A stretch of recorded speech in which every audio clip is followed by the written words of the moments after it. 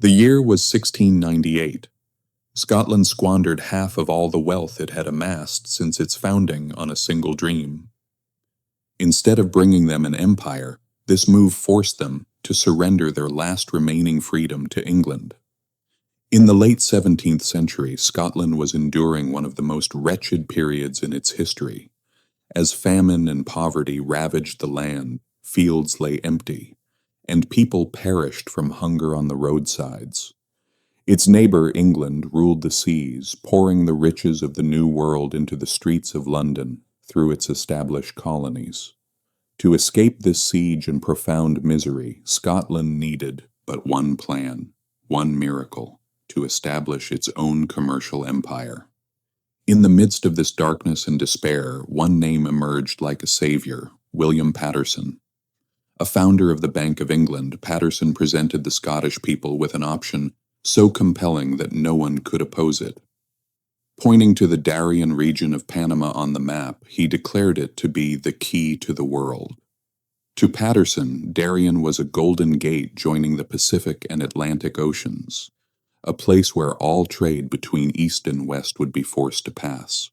He convinced the Scots that this was not merely a colony, but a new paradise that would change Scotland's wretched fate forever. The Scottish people did not just believe in this dream, they dedicated their entire existence to it. A wave of nationalist pride swept the nation.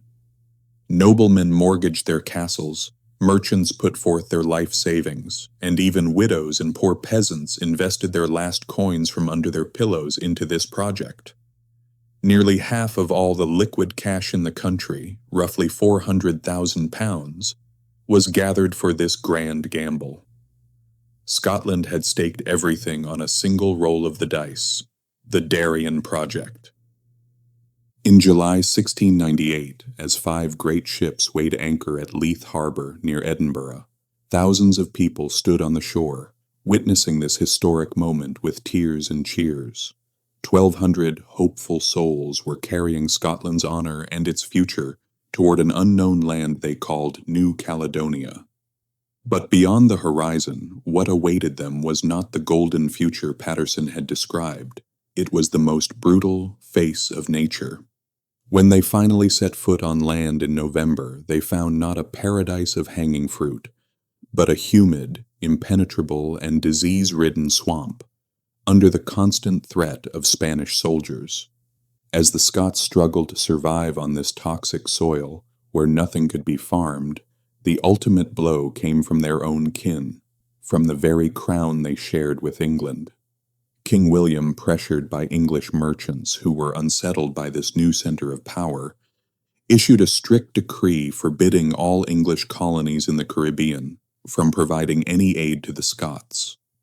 While the settlers wasted away from hunger, not a single loaf of bread was sold to them from neighboring ports. Abandoned by those of their own blood, these people began to wither under the grip of malaria and yellow fever. The depths of the jungle became a graveyard for the Scots who had come there dreaming of gold. The catastrophe did not end there. Unaware of the failure of the first expedition, unaware of the hundreds of dead in the abandoned forts, a second fleet set sail from Scotland with high hopes.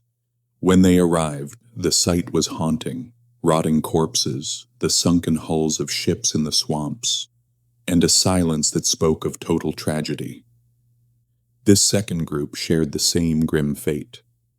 Unable to endure the Spanish attacks and merciless diseases any longer, the few hundred survivors who eventually returned to Scotland brought back nothing but immense shame and ruin.